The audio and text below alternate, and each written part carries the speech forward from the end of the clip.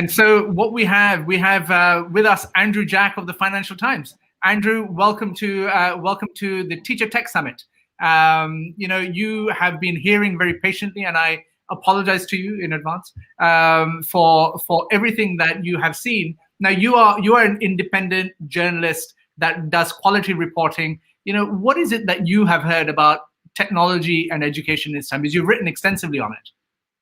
Yeah, and thanks for having me. No, I think it's a bit of a trope, but I mean, there's no doubt that technology has been out there for a long time, but the potential of using it has accelerated very substantially in the last few months. I think a lot of it was there for a while, and people were kind of unsure of what value it had. Of course, now people were forced very rapidly to adapt and adopt, and there's no question that many, as we've been hearing, have done so in very different forms around the world. I think not necessarily always in the ways or using the products and services that people had anticipated. Arguably a lot of the tech that's really been powerful has been fairly simple, enabling, platforms to allow teachers and students to engage. And also that was long there in the background, some of the more administrative enabling functions to deal with the bureaucracy and so on. I think the jury's out still somewhat on the more how should I put it, in lesson and pedagogical applications of technology. And I think also somebody in my case who's spent a lot of time alongside and before education looking at health, where of course there's a huge demand for high quality trials to test the evidence of new products. The ed tech space is full of, what should we say, rather more marketing hype than evidence to back up the genuine value and impact on a large scale of a lot of these interventions. So I also have a lot of sympathy for many students and administrators and decision makers trying to understand how to balance priorities, what the wider implications are, the resource implications, the longer term risks. I think, we'll never go back perhaps to where we were fully before, in as it were a more analog and a purely face-to-face world. But I think there's justifiably still a lot of caution and a need for a lot more evidence to really see the full value and understand the potential drawbacks and downsides. And I think, the evidence, the joy, the appetite for children as well as teachers to return to school, not to mention their parents very often, is a very sobering and powerful reminder of that human and social contact and interaction that technology can and should never replace. Well, Andrew, I asked you to co-pilot the session with me, because our guest actually, and I've said this to him many times, actually, he has performed and contributed so immensely to the education sector that I'm really pleased that he makes the time every time actually to show up and actually, speak to teachers and use the platform to great effect. He is none other than Andreas Schleicher from the OECD, who is Director of Education for Education and Skills at the OECD. He initiated and oversees the Program for International Student Assessment, otherwise known as PISA, and other international instruments that have created a global platform for policymakers, researchers, and educators across various nations and cultures to innovate and transform educational policies and practice. He has worked for over 20 years with ministers and education leaders around the world to improve quality and equity in education. And there's some great ministers and leaders who have called him. For example, Arne Duncan, who was the former US Secretary of Education, said that Andreas understands the global issues and challenges as well as, or better than anyone he's met, and he always tells him the truth. And the very infamous former UK Secretary of State, Michael Gove, called Andreas the most important man in English education, even though he is German and lives in France. And so please welcome Andreas to this conversation. Andreas, welcome. Thank you, Vikas. Thanks for the invitation. Today we have, Andreas, we have 45,000 teachers who have registered for this event. And, it's all around technology. Would you have imagined that to be the case ever? Well, I think, before the pandemic, technology was on the margin of it. And I think what has changed is not the technology, but the social acceptance. It's become the lifeline of education. And I think that's really what's different now. We haven't seen that much change in the technology yet, but I think the way it's used, deployed, the way teachers are trusted to become designers of innovative learning environments, I think these are the real novelties. Fantastic. So I'm now going to leave Andrew and yourself, but I believe you want to start with the presentation, Andreas. And I know everyone asks for copies of your presentation when you're done. So we will be sharing, I hope, Andreas, with your permission, your presentation. So I'm going to take Andrew and I off the screen, and then Andrew, you will come back when Andreas stops, and we'll have a great conversation and understand your insights. Thank you so much, Andreas. Over to you. Thanks so much. And I will just, share a few kind of highlights from our work. And just looking back in the pandemic, the school closures, of course, have, disrupted everything. And if we look around the world, some countries were lucky. You have a few countries, like Denmark, New Zealand, Germany, that managed to keep that limited to a month in 2020. But then you go to countries like Costa Rica, Colombia, where essentially the entire school year was lost. Now, the first thought that people have, this is just a reflection of the pandemic itself. But one of the most interesting findings from our data is that actually, infection rates do not explain those school closures. There's actually almost no correlation between the rate of infection in a country and the extent to which schools have been closed. The biggest predictor of school closures is something entirely different. It is the quality of the education system itself. We measure this through our PISA rankings, basically the learning outcomes, and they are a reflection of the quality of the work that teachers do. So in a nutshell, where you have education systems where there is a lot of frontline capacity, teachers being creative designers of modern learning environments, being very, very good to understand how different students learn differently. Actually, they have been able to keep schools open even when the pandemic hit the country quite badly.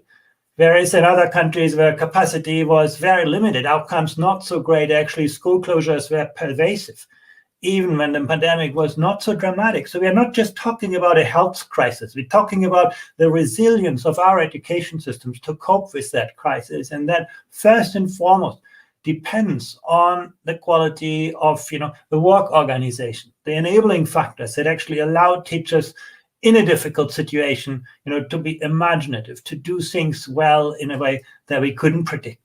What you see here is not simply a reflection of wealthier countries being able to sort of do a lot of things more. No, actually, we have taken that into account. It's really the quality of the education system.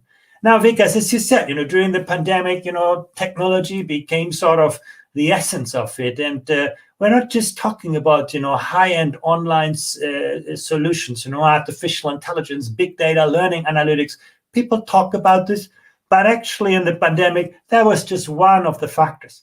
We've also seen lots of, materials being prepared for students. Television actually playing a very powerful role, particularly for the youngest children. Mobile phones. Some countries that were not so great on, broadband connections and so on, were very creative to quickly deploy mobile technology. If you think of Colombia, if you think about Peru, some, regions in Brazil, they couldn't, deploy high tech very quickly, but everybody had a mobile phone. They were actually to use it, radio, other distance learning. So actually, what this pandemic has done, it has mobilized the resources that we already have.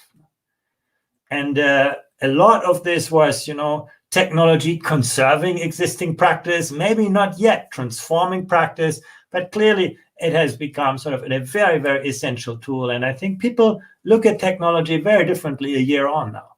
What's also very interesting, how much has happened to support people. Basically, 80% of the countries for which we have data subsidize devices, basically giving schools, teachers, students possibilities to have enough technology, to have flexible and also asynchronous platforms. It's not just Zoom lessons. It is also giving teachers, giving parents, giving students tools for self-directed learning, to make up for learning losses, learning gains. Infrastructure in remote areas has been dramatically improved. So, we complain a lot about what has not happened in the pandemic, but we should be quite cognizant of the major efforts that have been made to deploy technology in the education systems in many, many different ways to close gaps. But I also want to sort of make some caveats here. This is some data that is not, for the OECD as a whole. That's just for the United States, where you actually show, online learning. In the case, this is a very famous mathematics platform. Before the pandemic has hit, students from privileged and poor backgrounds use those technologies at very similar rates. You can see the blue and the light blue and the green line more or less in the same place up to the middle of March.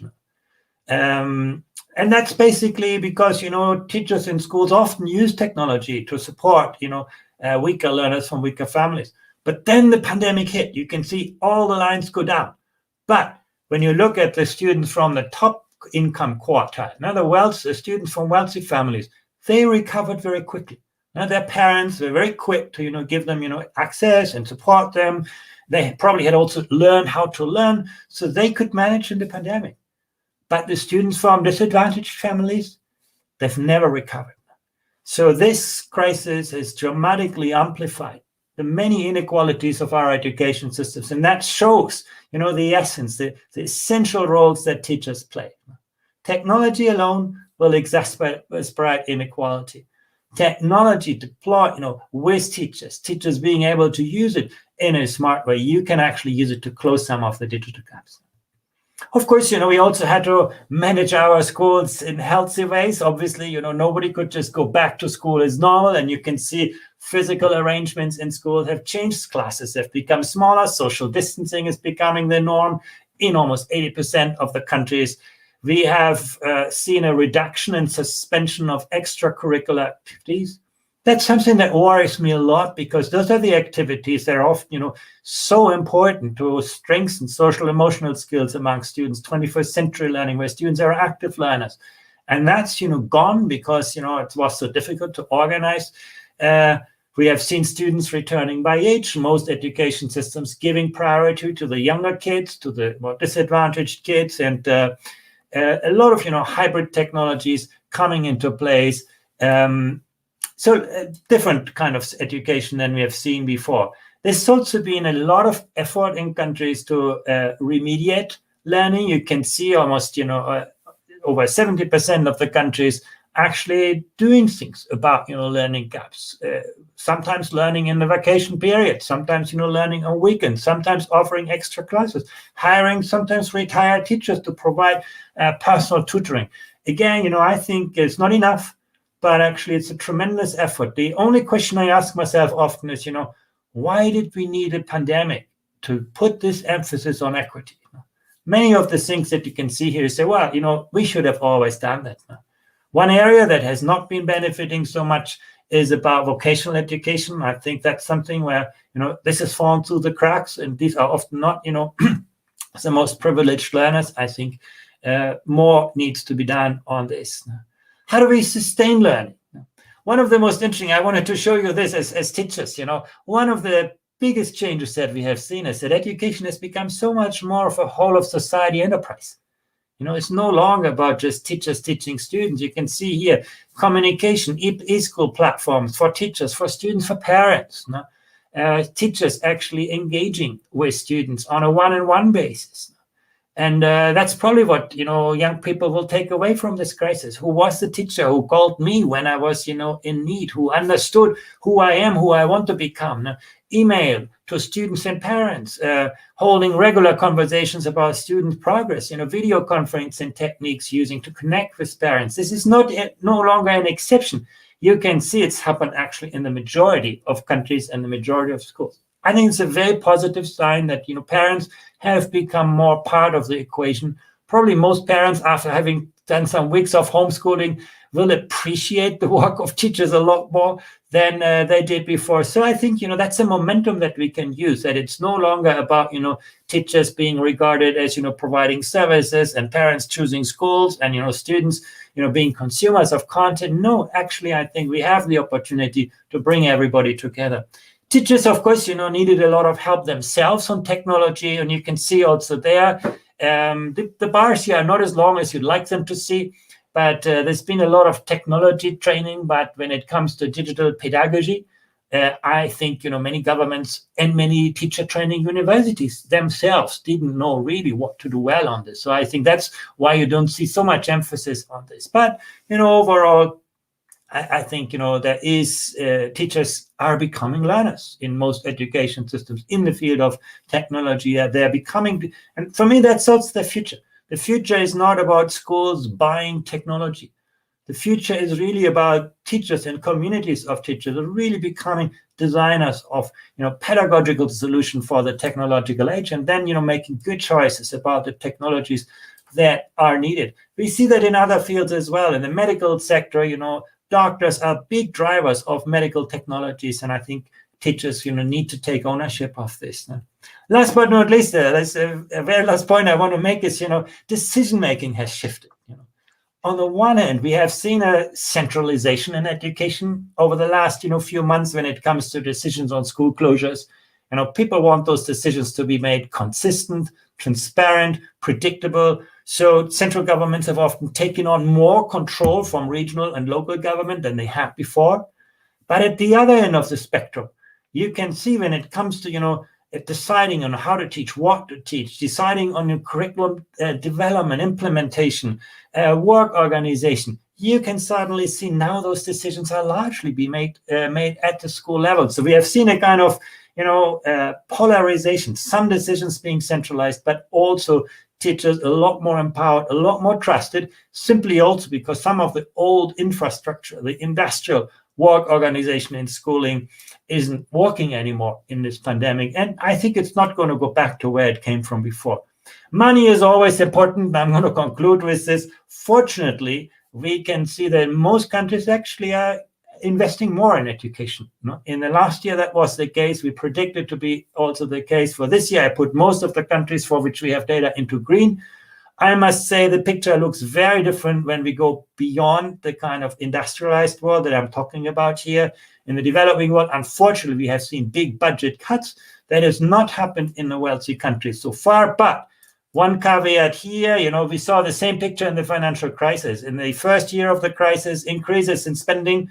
And then, 2009, 2010, a big slump in education spending. So I think we need to worry about this. I think we all need to work together to see that education is protected in the aftermath of the crisis. When we build the future, it will not happen by itself. And I'm going to stop here. Thank you. Andreas, fascinating. Thanks very much for that presentation. Some very interesting trends that you picked out. I mean, maybe just going through a few of them. First of all, you talked about that very interesting pattern that a few other studies have also highlighted, where there isn't a clear correlation between infection rates and school closures, and some interesting distributions. I mean, how far do you think, though, it is the school system or the quality of education that actually drove a reduced rate of school closures, or how far were these factors driven actually by wider societal pressures? Well, that's a really interesting question. Our data show that actually the quality of an education predicts over 50% of the variance in school closures. So actually high-performing education systems with a lot of frontline capacity, capable leadership, school leadership, teacher leadership, capable teachers who were very quick to adapt, who were able to make decisions, could run their schools even in a very difficult pandemic context. Some countries like Sweden never closed their schools. Countries like Denmark, Germany were able to sort of keep school closures very limited, despite quite bad infection rates. And it really is more a capacity issue than just a health issue. That's my takeaway from this. And do you think, crudely, societies that value education more have been perhaps more acutely aware and have tried to ratchet back down the level of school closures? Yeah, absolutely. And that affects both sides of the coin. Those countries that value education more are the higher performing education systems. And they're also the ones where there is a greater expectation for education to be given priority. What we have seen even in the wealthy countries, some countries closed their schools before they closed their shopping center. I think that is what we have seen in some countries, whereas, in a country that values its future and that, appreciates education, that's not the thing you would see. So let's talk a bit more about the technology aspects of all this, which is very much the theme, of course, of this conference. I mean, the issues that you showed there about growing inequality were very striking. I mean, of course, we could argue that technology ended up hugely intensifying that degree of inequality, both in terms of access, for example, to broadband, but perhaps also in, I don't know, the capacity or the familiarity of certain groups and classes compared to others to use technology well. So do you think net it worked well, or actually it sort of leaves us in a worse situation than we were in? Well, certainly there have been massive learning losses. I think, technology can complement the work of great teachers, but it just doesn't substitute for teachers. I think that's very clear. This is also, I think it's also clear that there will be a great increase in inequalities. And it's not just about technology. It's also about, to what extent young people have been prepared to learn on their own. You need a fair amount of motivation. You need to have access to great, learning strategies to use technology really well. And I think often what we see in disadvantaged communities, those things are not taught very well in normal times. So when the pandemic struck, the best technology wouldn't help those students. But in the long run, I look at this more positively. I also think that technology holds the promise to close some of the equity gaps. Technology, artificial intelligence, learning analytics will help us to understand much better how different students learn differently and to engage with this. We can get away from the kind of one-size-fits-all learning environment towards enabling teachers to understand the learning styles and preferences of young people and to adapt it. We're seeing already technology making major differences for students with special needs. So that's not what happened in the pandemic. Once again, technology really just conserved practice. It didn't transform it. But I do think, for the future, I have great hopes that technology will help us to overcome some of the inequalities. Why? Sometimes, when teaching resources are unequally distributed, technology can even it out. Technology can make you learn from the teacher that is most adapted to your learning style than just the one who happened to be in front of you. And as one of your charts showed, of course, technology is a catch-all, isn't it? But it includes everything in some ways that we've seen rolled out, from very sophisticated and AI enabling approaches on the one end to simply radio or mobile phones, for example, on the other. Any thoughts and insights onto, if you go to that less sophisticated end, about what made a positive difference? So the nature of content and how it was presented, even in relatively unsophisticated digital or audio form. Yeah, I followed that in many countries. And what really struck me is that some countries were very rigid. They said, well, online learning is online learning. We need to wait until everybody gets a computer and we have the right learning platforms. And then we roll out the software and train the teachers. And very little happened. Other countries were very opportunistic. I really want to cite the city of Bogota as an example. They looked out and said, well, we have maybe 10, 15% of students with a computer. It's never going to work, online learning.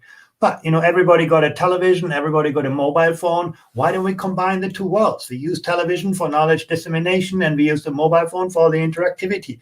And actually, so those countries that were, smart enough to use the technology that were accessible, which people were comfortable with, they're often actually, further ahead than the countries that, aim just for, the high-end, online technology. So I think that's something I take away also from the crisis, that we really need to be responsive to what exists. And those decisions are not made well by governments. They are made best by people at the front line who know what the situation is in the families, who know their students, and I think, the future probably needs a lot more ownership of the kind of digital solutions at the front line.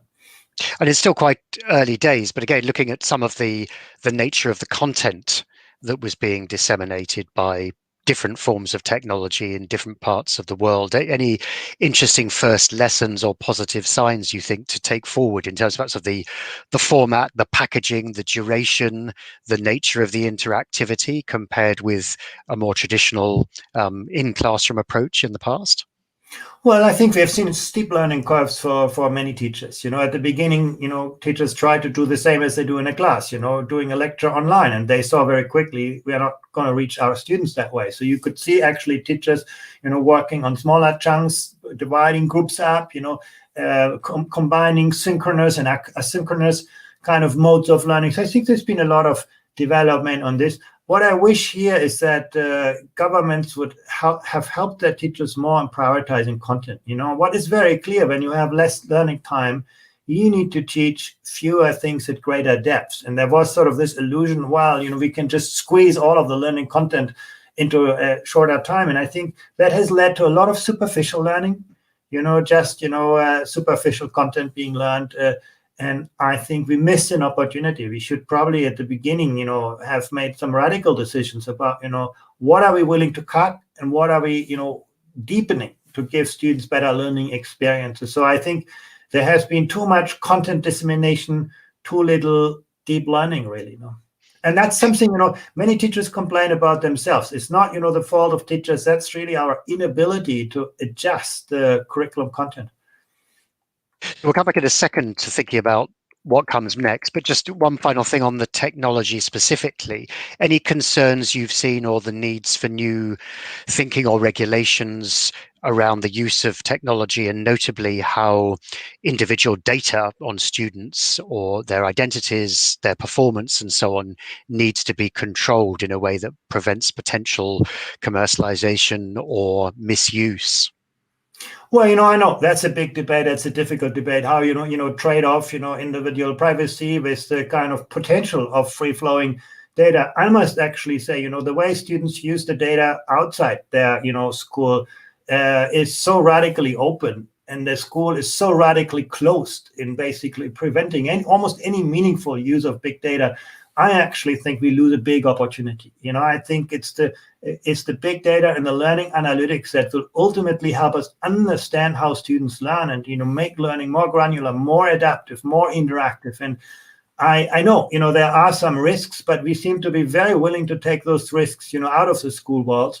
And we don't seem to be willing to take any risks within the school walls. Or what we often do is we say, you as a school leader take full responsibility of this, and then nobody does anything. So I somehow but that's my personal stance on this. I think we should take a more balanced attitude to this and see the risks, be clear about the risk, but also see the huge potential that lie in an innovative utilization of data. I think the future teacher is going to be a data scientist as well. I think the future school leader is going to be a data scientist, and I think that's really how learning will be lifted to reach all learners in their different styles. And let's just throw the situation forward. Of course, there's a lot of talk now about the post-pandemic recovery, about how to assess learning loss and how to think about catch-up or the new approaches, at least going forwards after this long period out of schools. What are you seeing as some of the best practices around that? Yeah, I think that we should think beyond catch-up. I don't think it's about build back better. It's about build forward differently. I really think, we should use this pandemic also to get rid of some of those things that actually have very little future, the reproduction of, that subject matter content. And I do think, just, running through this and having people catch up what they lost, I do think, we should look at the opportunities that we have, the time that teachers have, and give teachers also more of a voice about, what are the knowledge, skills, the attitudes and values that are going to matter most for the future, and how we can focus our energy on developing those. And do you think, you touched on it in one of those survey slides as well, but that sort of what had been lost or was being lost going forwards in terms of the broader, the extracurriculars, the sort of wraparound support, a lot of talk about mental health and social re-engagement, for example. So how to get that trade-off between the need to, as you say, go deeper in core areas that are necessary to build forward, but also to provide the wider enrichment that students need as they return to schools.